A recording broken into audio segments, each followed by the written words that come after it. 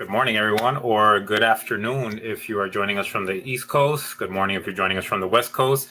Welcome to episode 13 of Business and Bites podcast. My name is Emilio Mejia. I'm your co-host with my man John Hasman over here. How are you doing today, John? Not doing too bad. I'm living on cough drops because I got a cold. Living on cough drops. Sounds like a country song. All right. All right. So got a good episode for you guys today. We have How to Approach Marketing with Ceci Robinson from Robinson Productions. So not wasting too much time, let me go ahead and bring her in and let her do her own introduction here. Give me a second. Good afternoon, Ceci. How are you doing? Good afternoon. Good afternoon. Thank you for having me today. No problem. Thank you for joining us. All right. So let's see. Where are we going to get started here? Ceci, so just let everybody know basically what do you do, not into too much detail, but just, 5,000 foot view.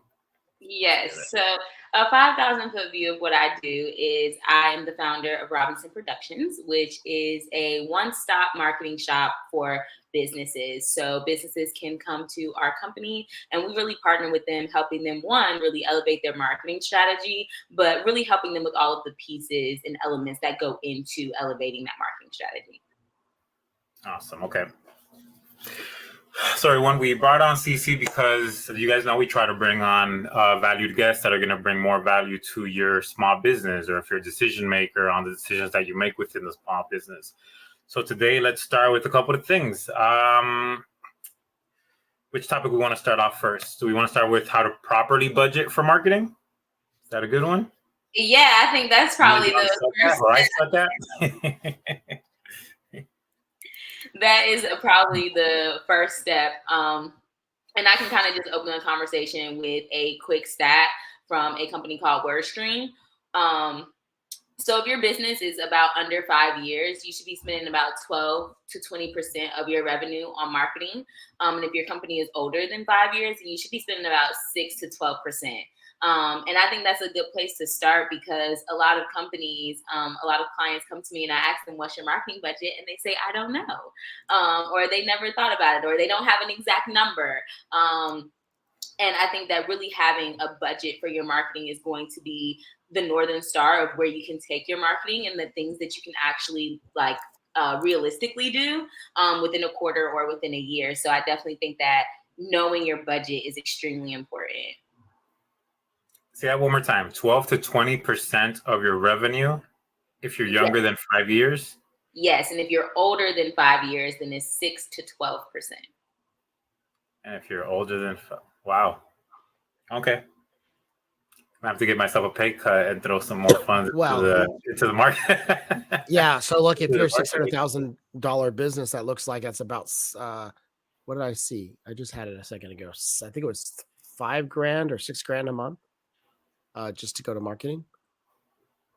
Yeah, I mean, there's a lot of pieces that go into marketing, not only the labor behind the marketing, but a lot of the platforms that you need, your CRM platform, depending on how you break up your budget in your company. Some of it may be technology based because it's a lot of apps and platforms that you need, but there's definitely a lot that goes into, building sales for your business. That's what marketing helps with. Yeah.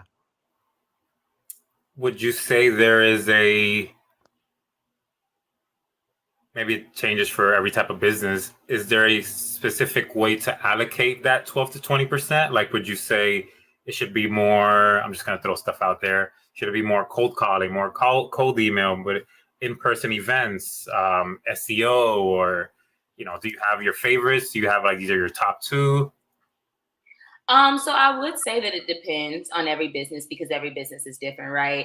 If you have a B2C business, which is a business to consumer business, your marketing strategy is going to be completely different than if you have a B2B business where, the people that you're trying to contact are really only available from 9 to 5 and, are working within a company. It can be very different.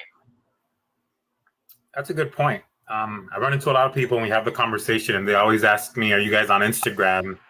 And we're actually not on Instagram. And you guys can chime in. Both of you can give me your opinion. just as a business owner, since my consumers are not, the regular person, and to me, the people that I'm trying to find in business might be on Facebook and are definitely on LinkedIn. They might be on Instagram, but I don't know. I don't use it. What's your guys' take on that? So John, do you want to go first, or do you want me to? I think they're on Instagram. Honestly, I think about there's a lot of people of all walks of life on social media. They may not have a huge presence. They're posting pictures of their kids and they're posting pictures of their family and stuff like that. But I think, and even what's weird is I've even heard people talk about how adults over 40 are on TikTok of all places as well. And I think that there's this, the challenge is, this is my opinion, so you can correct me if I'm wrong. You've got to pick a platform or two and do those really, really well. That's how a lot of people get, in the social media world. That's how they do really well. They pick a platform and they own that platform. And then after they've owned that platform and they've, built popularity, it may expand. But you see people who are showing up all over the place. They're like on TikTok today making videos, and then they show up everywhere else because they go viral. So I think you just have to pick a platform beyond LinkedIn. I think LinkedIn is a different animal in itself. And then, and go from there. We do a lot of cross posting because we're using a CRM that can do that. So we're kind of doing all of it except for TikTok. Oh, me too. Except for Instagram, but me too. I'm doing the LinkedIn, the Facebook, and mine actually does the Google business profile as well. I just let it happen.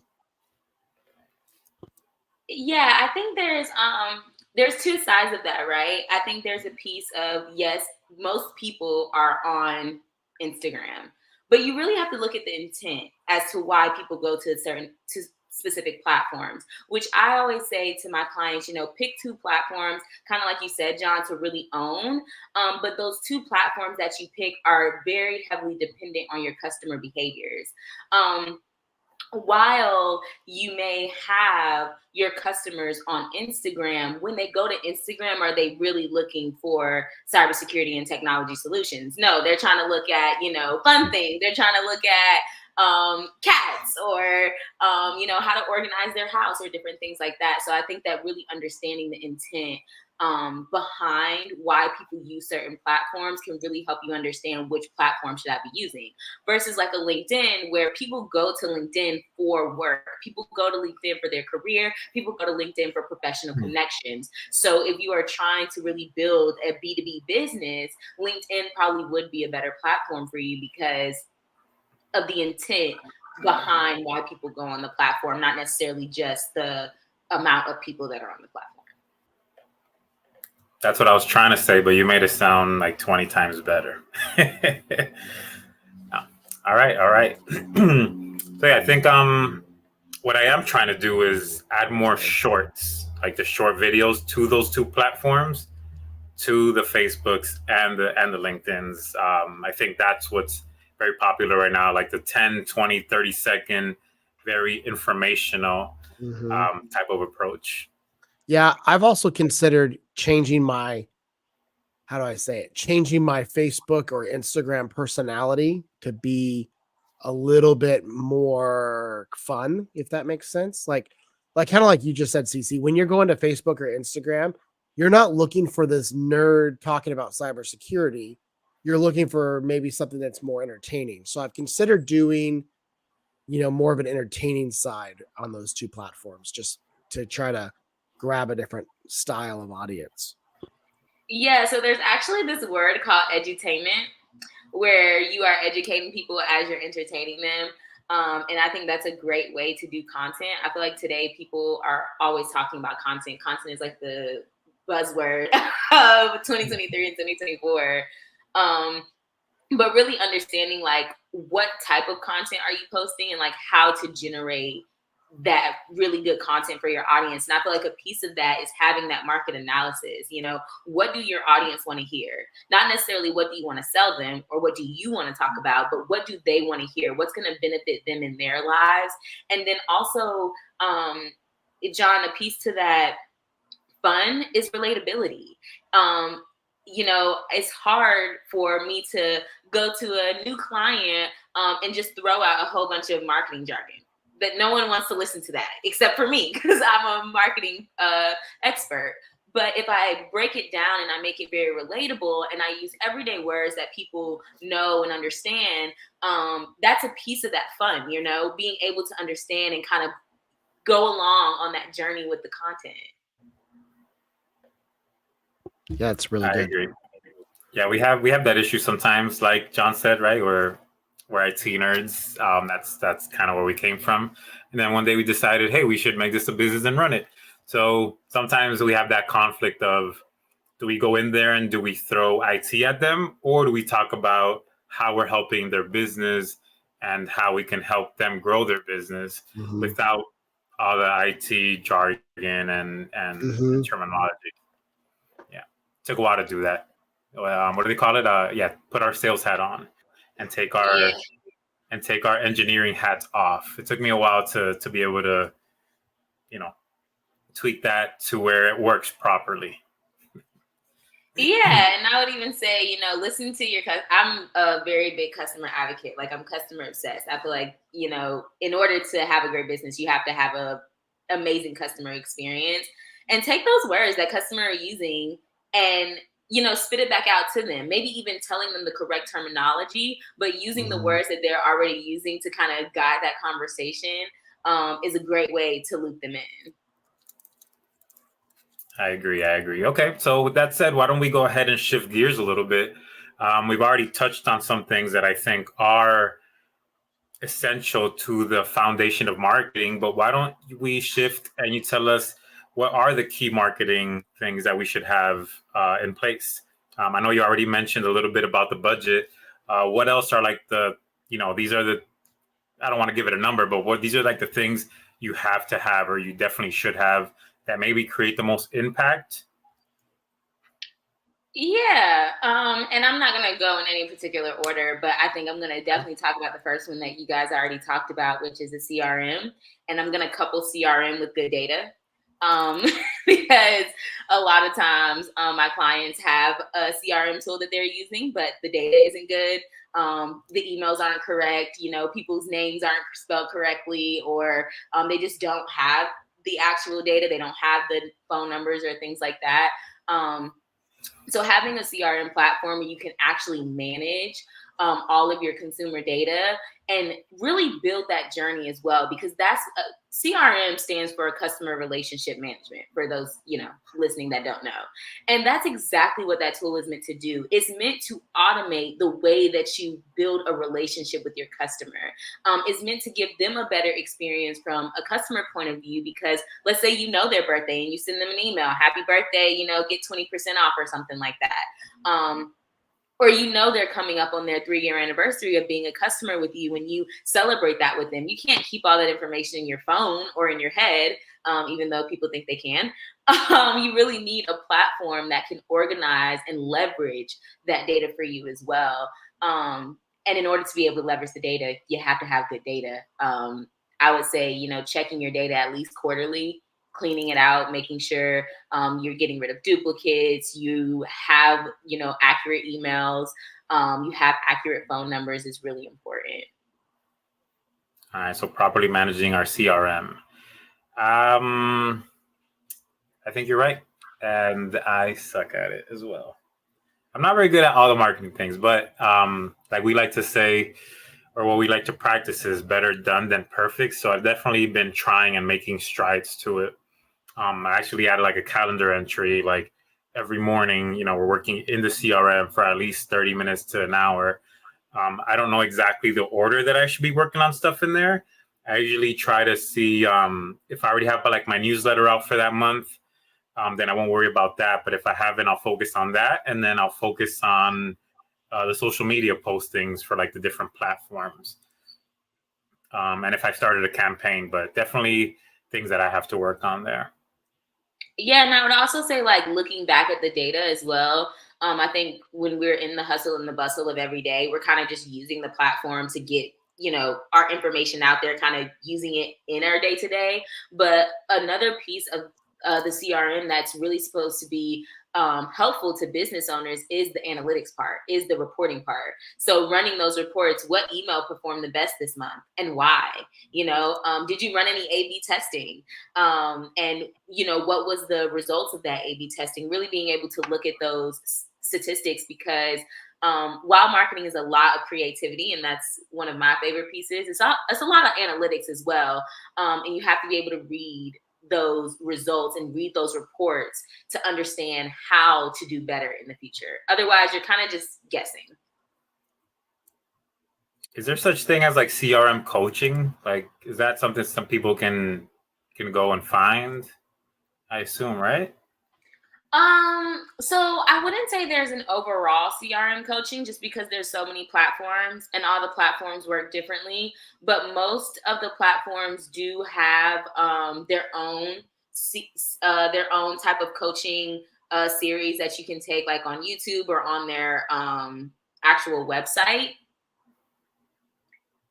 But I would also say, working very closely with the CRM platform that you have to be able to give you that one-on-one training as well, or really bringing in a marketing company such as Robinson Productions, because one of the things we do is not only do the implementation, because a lot of people don't understand that implementation piece. You really do need to know what you're doing there, right? You shouldn't just be throwing builds in and kind of making up reports as you go, but it's really important to make sure that piece is strategic. But then we also do a training piece where we train your entire team on how to use the platform. And the reason why that's important, especially if you have a sales team, is because you can have the best CRM platform with the best implementation, but if your sales team is not using it, it's no point. Well, that was going to be my point. And this is where we're probably both guilty, right, Emilio? Is like, in order for a CRM to work, you really have to be in it every day. You really have to be adding notes to it, and you have to be utilizing it to keep you on track. And what I'm learning about marketing is it's a lot the long haul. And the long haul means daily activity, not, you don't just kind of watch it do its thing. You have to be working in it to keep up. Yeah, and that's definitely a struggle for us. And backstage, Ceci and I were talking about this, John, I think before you came on, and it was just the balance of am I working on the business or am I working in the business? And a lot of times, we've been instructed, you and me specifically, to work on the business, but marketing at the same time as in the business, right? Because you're in that marketing role.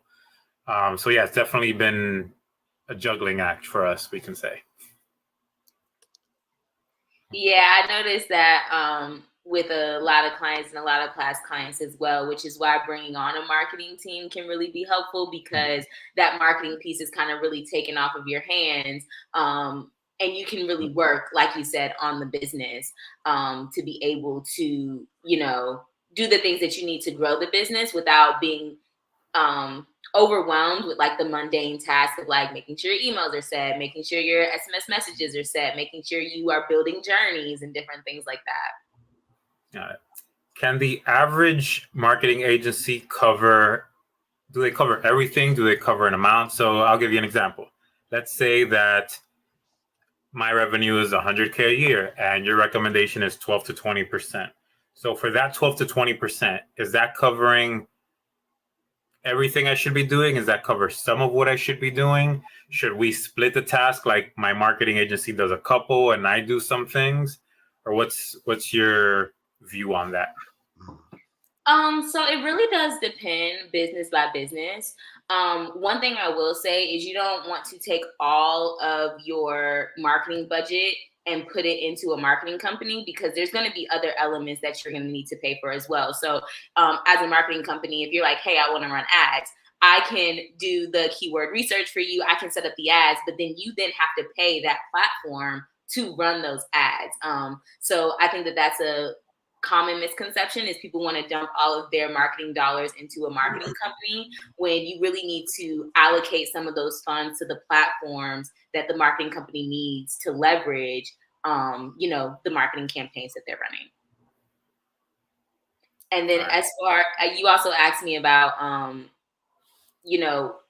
how should the work kind of be split? And I always think that it's really good to partner with your marketing company, right? Like, we like to be partners with our clients. They really see us as a part of their team. Why? Because if I'm doing your marketing over here and then you are just doing your own thing over here, we're not working towards the same goal. Even though we want the same thing, we're not working towards the same goal. So I think that being as involved as you can with your marketing company will only help with the success that you see.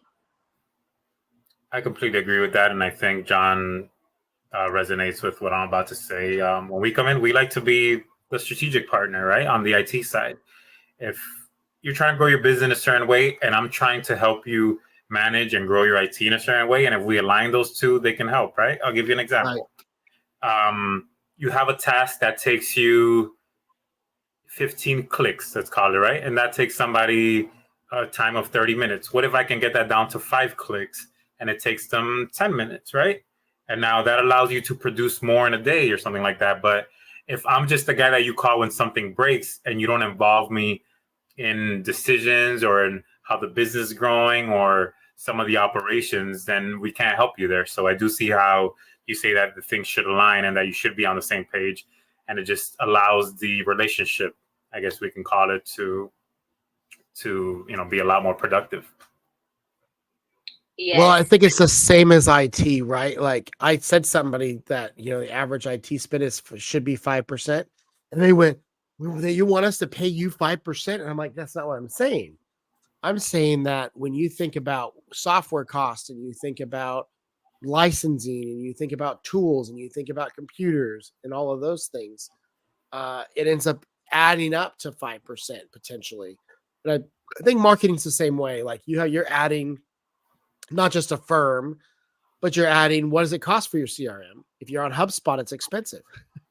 What does it cost to do ads?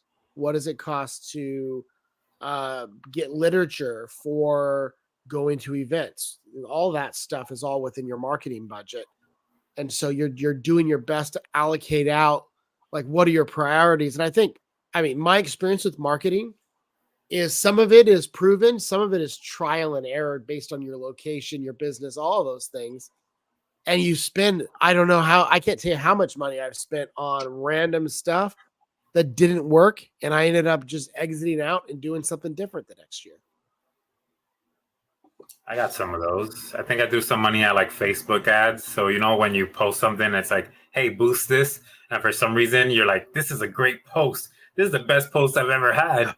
Let me boost it. And then you boost it. And $50 later, you're like, that did nothing whatsoever. Well, like, I've done things like put my ads at a golf course and on benches, and early in my business, I put my logo on shopping carts. What it did is it made everybody who shopped at that store who knew me said, hey, I saw your face recently. So there's some brand recognition. I think this is, and I'd love to hear your opinion on these different things too, Ceci. Like, one of the things I've long said in marketing, you have to know what the tool is for. And what I mean by that is some tools are for leads. Some tools are for brand recognition so that people remember who you are. And so how do you differentiate? If you're in a growth stage, where do you allocate your money? I think that's a really good question. Are you allocating it towards brand recognition or direct leads? Where do you put your money to get the most out of it early? Look at you, podcast hosting. That was a good question. That was a good question.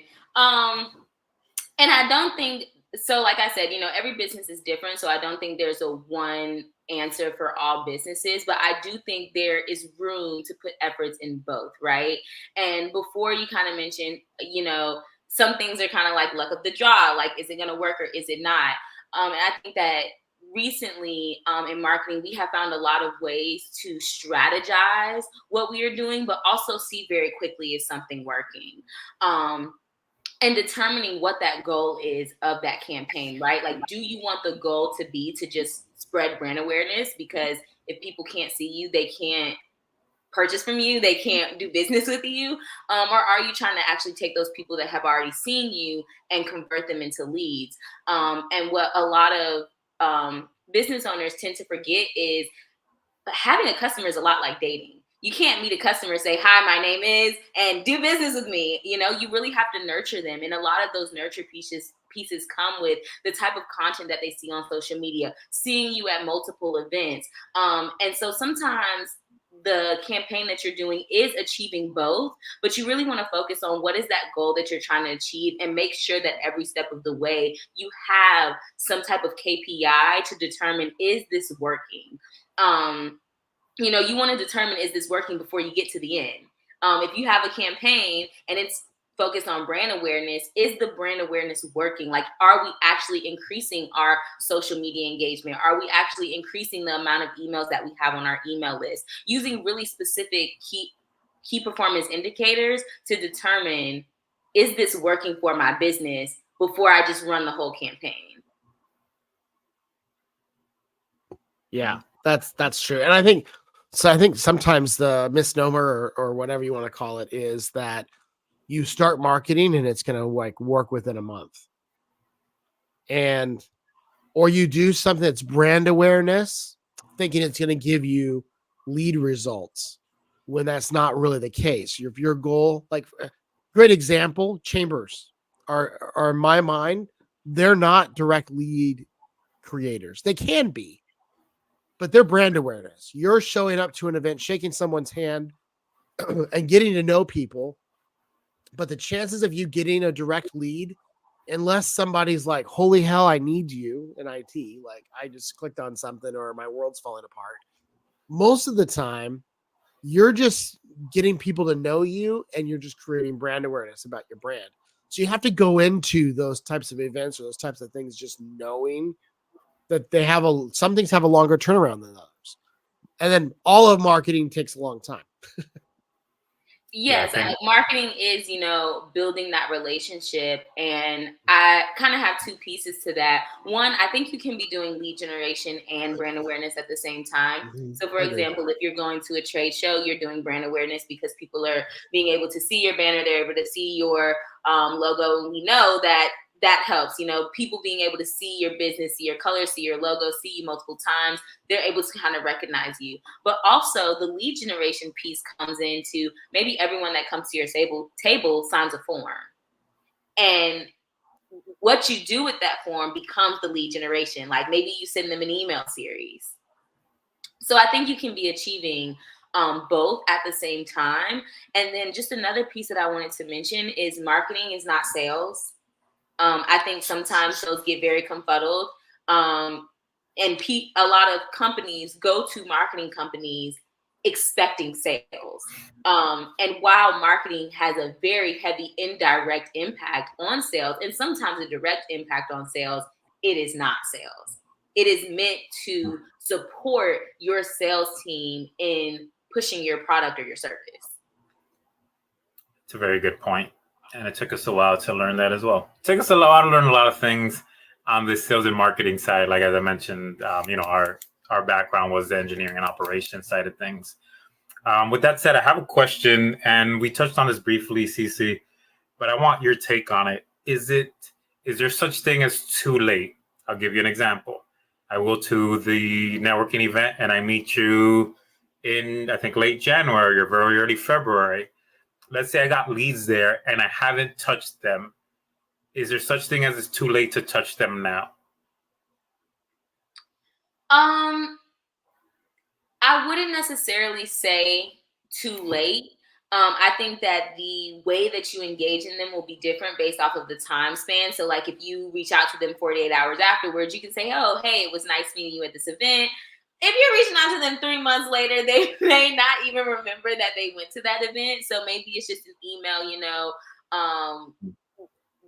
giving an introduction of your business and what your service is and how you work, and maybe, you know, a customer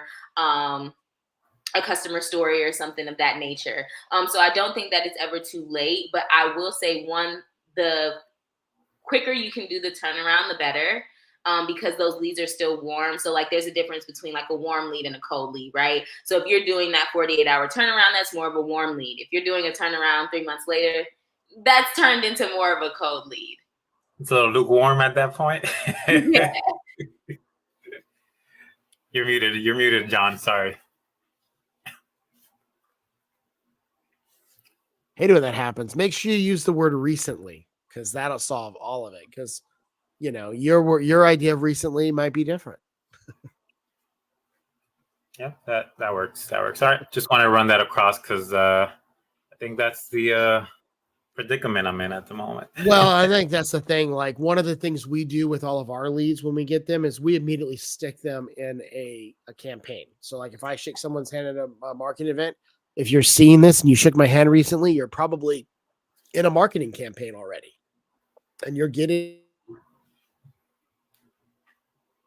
Sorry, John, again. There you go. Nope. I'm not getting any audio, John. I'm not getting any audio. Sorry. Ceci, can you hear me? I can hear you. Okay. Sorry about this, guys. Nope. I'm not getting any audio, John. All right. We'll give John a second there to go ahead and get his mic up and running again. Yeah, so actually that's a good idea. That was actually one of the questions I was going to ask you. I feel like on the CRM side, I was doing things like, all right, I'll just wait for like the monthly newsletter and then I'll do the social media stuff. But I think John just touched on something as when you meet somebody, you know, put them into one of your campaigns. What is a good time for that, Ceci? What would you say is your recommendation? Like a week out? I would say 24 to 48 hours after, especially if you're talking about an event where you met someone at.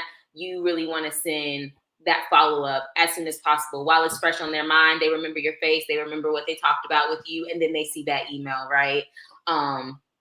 Because latency is very important. You know, you want to make sure that the time from when you meet someone and first engage with them to that follow-up is as close as possible, because the further it gets away, the more they kind of forget about you. So, and then kind of like to John's point, making it automated just makes it so much easier. It's really hard to keep up with those things on a manual level. So if you're manually, you know, entering in emails or creating emails for every event, you may not get a chance to do that every time. But if you have an automated email that goes out, like a template, you just change the name of the event. That's a lot easier to get sent out 48 hours after an event rather than if you're creating it manually. Got it. So quick question. So reaching out like we just met and then putting them on a campaign, should those be different? Can putting them on a campaign reach kind of substitute to the reaching out to them? Well, how did you get their information if you didn't reach out to them or if they didn't reach out to you? So let's say I met them at a networking event today. And then after that networking event, I just put them in a campaign right away. And then they're going to get an email within 48 hours, but it's not the, hey, I met you here. It's more of a, you know, maybe my campaign's talking about why to not use consumer emails, right?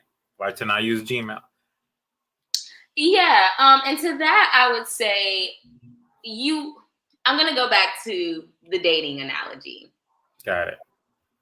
So when you first meet a customer, you don't want to hammer them with the information in your industry. This is why you don't do this, or this is why you should do this. This is why you should purchase my product. You really want it to be like, it was nice meeting you. You know, maybe we can do a follow-up, or would you like to read one of my recent blogs?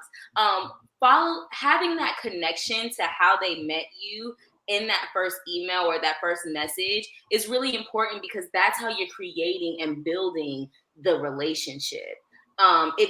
If they just get an email about, you know, why you shouldn't use a Gmail account, that's not really connection. You know, like they may not really connect that email with the person that they met. And then you're kind of not really nurturing that lead in the correct way. Hopefully that made sense. Got it. Yeah, I got it. John, you with me again? Nope, I can't hear anything. Sir. I know. It's technical Tuesday, technical Monday. Right. I don't know what's happening. You need an IT company? I know one in South Florida. I know. I got to get my IT department. Really good IT company in South Florida I can refer you to. Yeah, I'll work on that. Yeah. So I think when it comes down to like part of what we do is you really have to learn how to kind of read the room, if you will. And you might find there's like 2 or 3 people you want to reach out to. And I think it depends on how you run those conversations in those marketing or in those chamber events, right? Like if you talk to somebody and somebody just says, yeah, hey, nice to meet you. And they start talking about sports, put them in a cold, like a cold email or warm email campaign where they're just getting, some like really short, basic information. But if someone says to you, like in IT, oh yeah, I spent all week trying to fix this stupid issue and I can't get it figured out. There's a really good reason to call somebody. Like, I think it really comes down to you kind of have to read the room, and it's going to change based on each interaction. Because I've run across people that I've just called up. Hey, I remember you saying this when we saw each other, a couple of days ago. Do you want some help? And you let them decide whether they want, to move forward. And that's that sales piece, and that's where I say, like, it gets kind of confuddled as to what's marketing and what's sales. But marketing is, finding the event, having the marketing materials that you need to go to the event, whether that's a flyer or a business card, having that campaign set up afterwards that maybe they go into 5 days after you put them in the CRM. But the sales piece is having the emotional intelligence to say, I may need to call this person instead of email them. Like, this person seems like they're a really warm lead. Let me give them a call the next day rather than just, popping them in an email campaign. So I think, going back to letting marketing really uphold your sales strategy and your sales process. Oh, very, very good points. All right, let's go ahead and shift to our third topic here. Marketing tips that you can implement into your business today. Yes, and I'll actually kind of loop this in with some of the foundations since we kind of got a little. I know we touched on a lot of those, so yeah, I know a lot of those are going to overlap here. No problem. Yes. So I talked about the CRM platform, but also branding foundations as well, like making sure that you know your target audience, making sure that you have brand consistency, that not only you have a logo, but that you have a brand guide. A lot of my clients don't really understand why they need a brand guide. They're really focused on revenue generating, but not really understanding, like, what does a brand guide do for me? But really having that consistency throughout your brand, no matter where your brand is promoted, is really important. That's how you create that brand recognition and make it stronger. So really making sure that you have those brand foundations is something that you can implement today. And then I'll also just say having a marketing plan is really important. I know so many clients that are, making a lot of money in business, but they don't have a marketing plan to the end of the year. They are just going with the flow, going to events as they come up, and really having that marketing plan and strategy for the year, and then breaking it down by the quarter is going to help you best utilize that budget, especially if you're working with a small budget, right? Don't insult the podcast host on their own podcast. Don't talk about our marketing. Don't talk about how bad our marketing is on our own podcast. No, I'm not trying to throw you under the bus or anything, and it's common, a lot of businesses don't plan their marketing. But that's how you get the strategy piece, and that's how you make sure things are working, and that's how you leverage what you did in Q1 to what you're going to do in Q2. So my suggestion always is take a day, 3 hours to a day to really focus on what is my marketing strategy for the next quarter. What type of emails am I going to send out? What type of campaigns am I going to run? What type of events am I going to go to? And that way, even if it is an event, if you find an event and it's 2 days before the event, you can't really plan, oh, what's going to be the campaign that I send them afterwards? Or what can I take to the event? Can I take any giveaway items? You're not going to have enough time to plan that. But if you know 4 weeks in advance, if you know 6 weeks in advance, this is the event I'm going to, and this is my follow-up plan, it makes that process a lot easier. And to be honest, a lot less expensive too. Yeah, that's all good. It's part of the reason why we have this show, right? A lot of our listeners and the people consuming this material, you don't know what you don't know.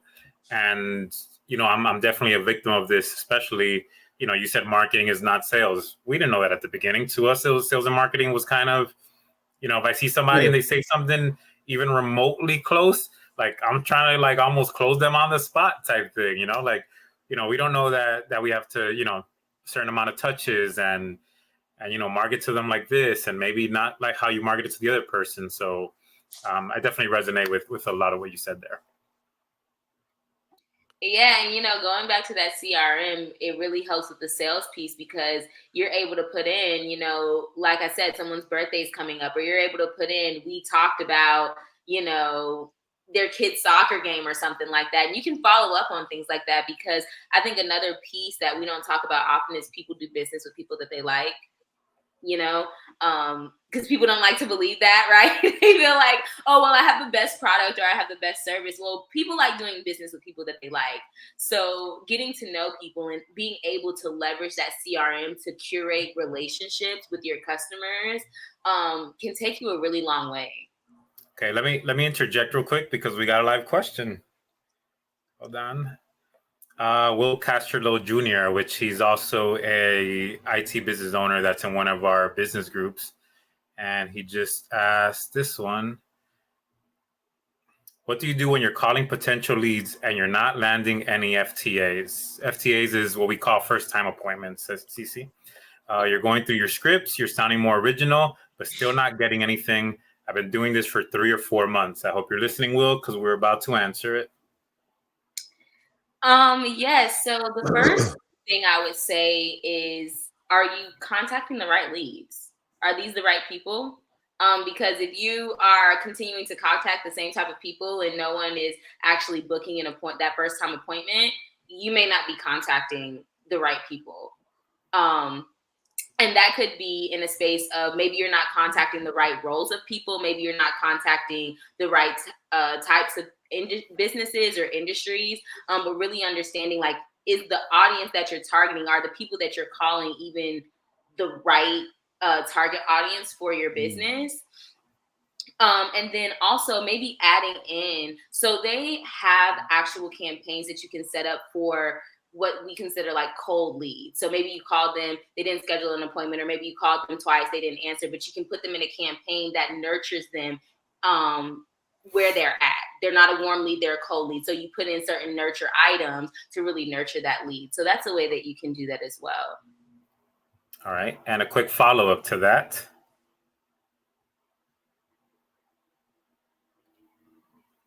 How does using a CRM how does using a CRM for workflows help when you're calling as well?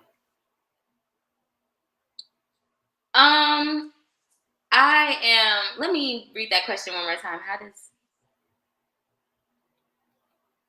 If it's coming from our group, they're probably talking about automatic workflows. Automatic, like, that's what I'm assuming it is. They're talking about within Go High Level, which is what we're using. They have an area called workflows, which is generally automatic, where like if someone signs up for something on your website, they automatically get into a campaign. Yeah, so I don't think that the automated workflows will really help with the calling per se. But what it will help with is making sure that you're keeping up with that communication. So if you are, usually CRMs have a place where you can put notes, or you can even say, like, call this person, this is what we talked about. And that is helpful because, one, if you're switching sales teams, or if you're switching a new person into sales, they're able to pick right up where you left off. This is the last time they spoke to them, and this is the last thing that they spoke about. They're really able to kind of finish building that relationship very seamlessly. But also, if you are the same salesperson, you're able to not really keep all that information in your head, right? You're able to write that information into the CRM and build on that information as you're talking to them. And then maybe also have strategic decisions as well. So if you call someone 3 times and they don't answer, you may call them the 4th time because you just lost track. But if you're keeping it in the CRM, okay, I've called them 3 times and they're not answering, we need to pivot. Like, we don't need to call them a 4th time. We need to pivot in a way that we're engaging with them. Maybe we need to email them. Maybe we need to send out an SMS message, or maybe we need to put them in a nurture campaign. If you're one of my vendors and you're listening, don't call me a 5th time. Thank you. No, kidding. Thank you very much for that. I'm excited because those are our first live questions. So thank you, Will, for participating with us today. Let's see. All right. So we're almost wrapping up. This is where we would usually tell our guests that they are free to leave, but Ceci has agreed to stay on with us for our IT tip of the day. All right. So our IT tip of the day, or IT and cybersecurity tip of the day, is for businesses to not use consumer email services for their business. And I'll start with some stories just recently that I've encountered here. I've been at a couple shows and I'm collecting cards or talking with people, and I see that a lot of people are still using like Gmail, Hotmail, Yahoo. And while at the very surface, it might not seem like it's much of an issue, maybe when you're starting up, but once you're you have revenue coming in, this puts you at risk. If you lose access to a consumer-based email, it's very, very difficult to get back into it. Because I can go and create an email right now that says, I'm Ceci Robinson at robinsonproductions@gmail.com. And there's no way that Ceci can tell Gmail that that's not me. There is absolutely zero way that she can convince them that I'm not Ceci at Robinson Productions. So now let's say that for some reason I have a copy of Ceci's email list or client list. I can start emailing all of them and say, hey, now next time you send me a payment, change, I can just do all sorts of things. So I'll go around the table and get everybody's take on it. John, if you want to go first on that. Okay, I'm passionate about this because it drives me up the wall. Here's what drives me up the wall the most, and I might piss some people off, and that's okay. If you're a doctor, a chiropractor, a dentist, a financial planner, private financial planner, and you're using a Gmail account, it's completely unprofessional. None of those free accounts meet HIPAA.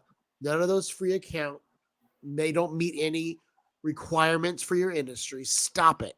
It's so crazy. And here's what happens to me. Same thing with web designers. I get emails from fake web designers all the time of a Gmail account. And I'll sometimes send them back an email that goes, hey, I don't really deal with unprofessional people with crappy Gmail accounts. Like, it is literally a turnoff for me, especially when it comes to dental practices and chiropractors and all those places who use free accounts. I will, unless I've got a really close connection with you, I have a couple of friends that still do it. I guess they don't listen to me. With the exception of them, I generally do not do business with people who have a Gmail account for their business. Ceci? I just don't. Hey. I'm actually very passionate about this as well. It's extremely frustrating because I just think that people don't understand the value of not having a Gmail account. And coming from a marketing perspective, the aesthetics make me cringe. Like, it's like going into a job interview and like you have on sweatpants. How can people trust you when you are using a Gmail account? It's just like John said, it's not professional. Also, with the high rates of scam these days, you really don't know if it is a scam or not. So you're probably not even going to get the feedback that you're looking for when using the email. But then the third one that really grinds my gears is most platforms, CRM platforms, you cannot link to a Gmail account for a good reason, because you're not supposed to be using it anyway. So you have to have a domain account in order to run mass marketing emails. You cannot run mass marketing emails off of a Gmail account. So I just think that that's a really key thing to note as well. And the other thing I'm going to say is with scaling your business, the moment you add someone onto your business, your Gmail account is no longer scalable. Like it's not a scalable way to run your business. What are you going to have? Like the Robinsons 1, the Robinson Productions 2, Robinson Productions 3.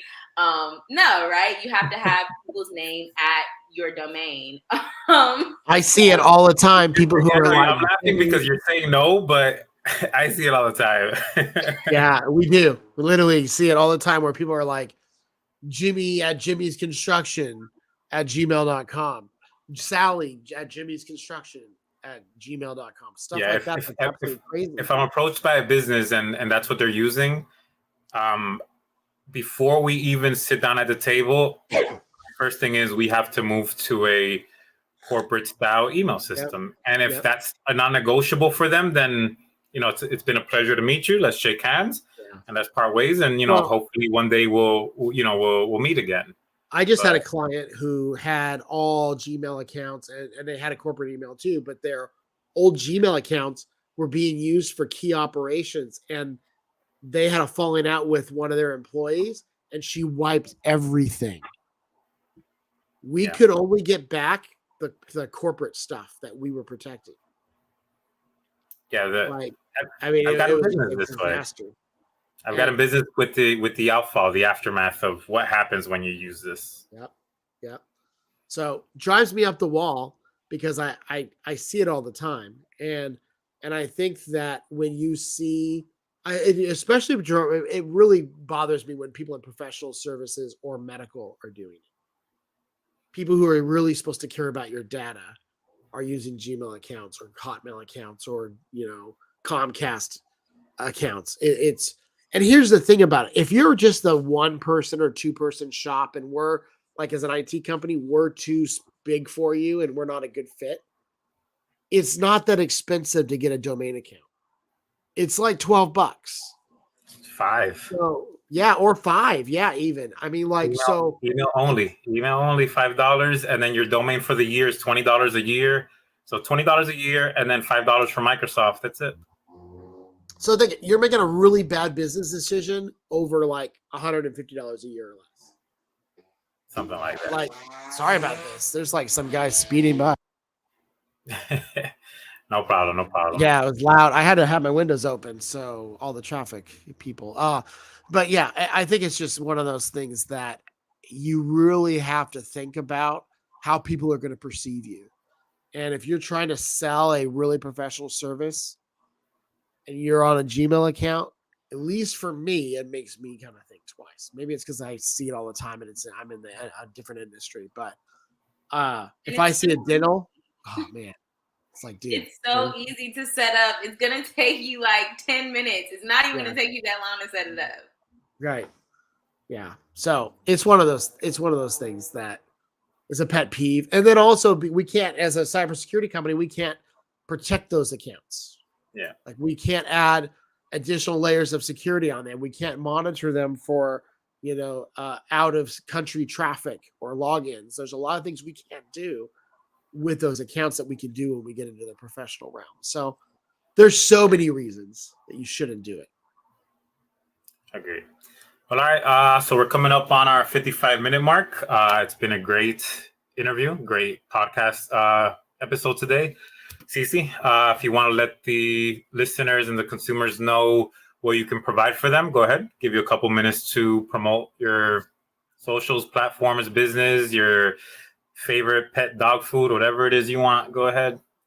Thank you, Emilio. Well, if you guys liked what I talked about today, you can definitely book a consultation with me and my team at www.therpcreatives.com. And we'll be more than happy to learn more about your business and really give you a elevated marketing strategy to grow and scale your business. All right. Thank you very much. Great. Thanks for being here.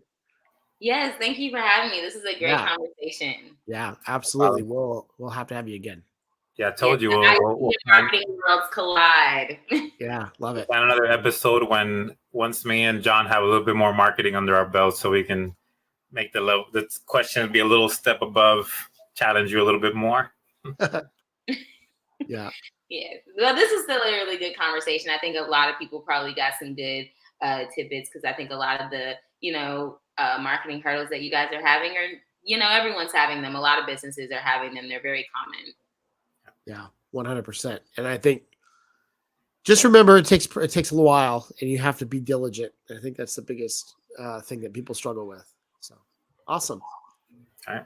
Well, thank you guys. And this wraps up episode 13 of the Business and Bites podcast. You can catch us on all the podcast platforms within the next 24 hours. Anything else, John?